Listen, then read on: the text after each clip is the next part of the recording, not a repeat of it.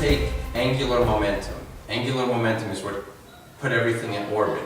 If you accept the theory that everything came together into one spot and then blew up into frictionless space and went out in all directions, how did things all of a sudden stop and start to orbit each other? It doesn't make sense because there was no friction. There was nothing to slow them down. So if everything's going out in opposite directions from each other, there's, oh, gravity did it. Well, no, think about that though. Everything started in a center point and is traveling away from that point. So how does Jupiter get to here and then all of a sudden put on the brakes and start to circle the sun, and all those moons start to orbit Jupiter, some of them go in the opposite direction. I used to tell people, look, just do me a favor. Take two magnets, hold one in your hand, drop the other one.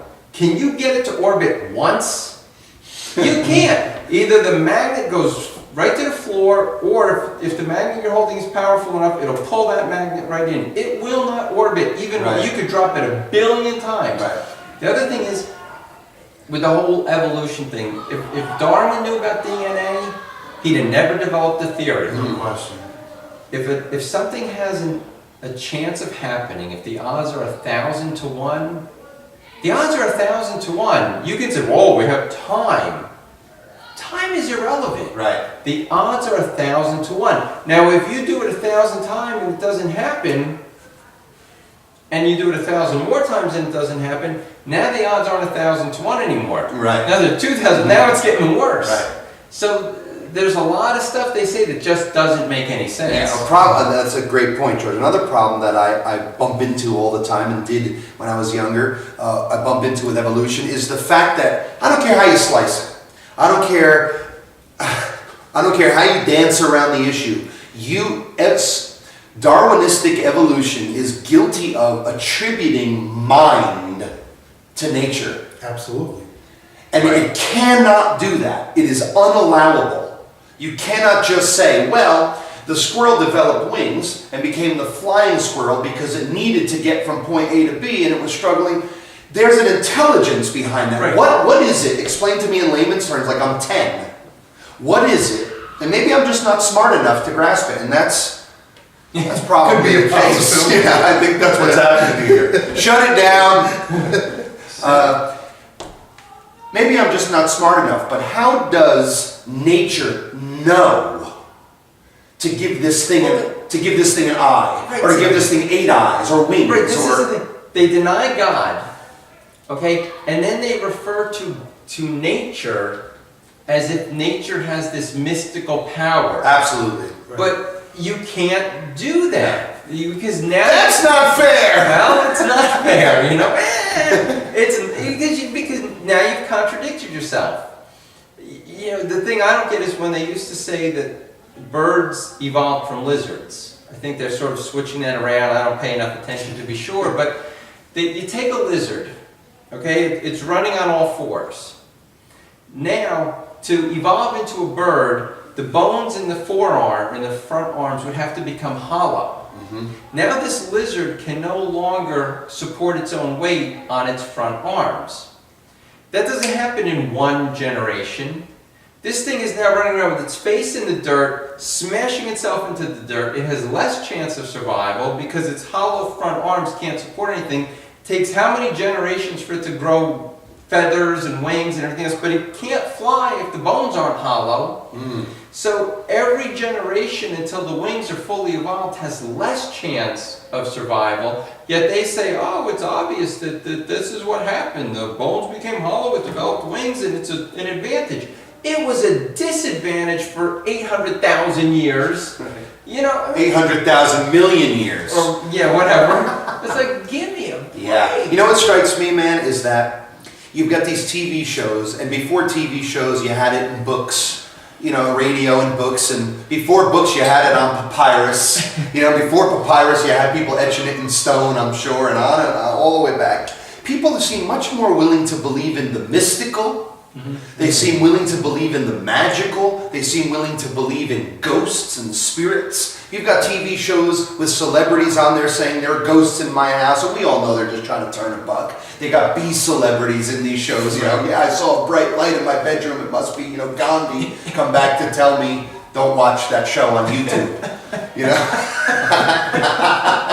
But the point is, why are people willing to, they'll say, oh, but Christianity, that's a fairy tale, that's a fable. And they'll almost buy any other religion. You know, we've got... that's simple enough, because what they're doing is absolving themselves of their responsibility towards a God who created the universe and will one day hold them to account. I mean, you mentioned Darwin before.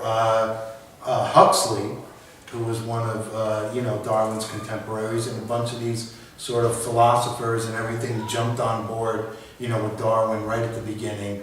But he at least had the, what's the word I'm looking for? Well, he was truthful enough at least to come out and say it wasn't, they weren't jumping on board because they thought that scientifically this made so much sense. Mm-hmm. He literally came right out and says, we jumped on board because Christianity was an affront to our social mores. Mm.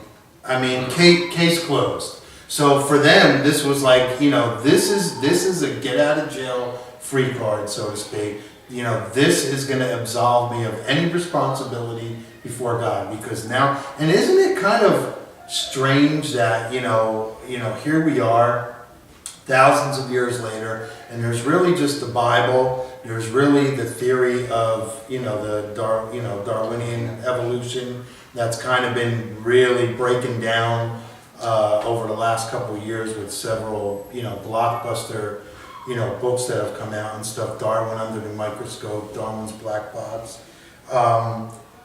But, whatever, aliens came down here. Yeah, let me stop. I gotta stop you here because I know you're on a roll. I mean, what blew my mind was when I watched the movie Expelled. And at the end, I forget his name, Ben Stein. Ben Stein, my producer just reminded me it's Ben Stein, not really my producer, it's my son. Ben Stein is pushing the issue at the end of the program, and you should watch it. Go out now, leave the show. First of all, you shouldn't be watching this. I don't know how many times I can say it. If you're still watching this, obviously you're not getting it. You should leave now, stop watching this, and go to Blockbuster if they're still in business. I think Blockbuster's Or the DVD Express. DVD Express or Netflix. Or download it. Yeah, you download it. We're doing commercials now for Netflix.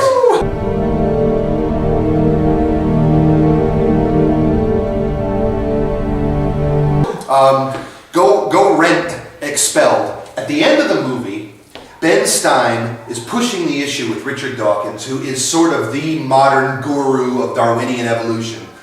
He's the champion of it. And he says, and Stein is pushing him, and he says, where did life come from?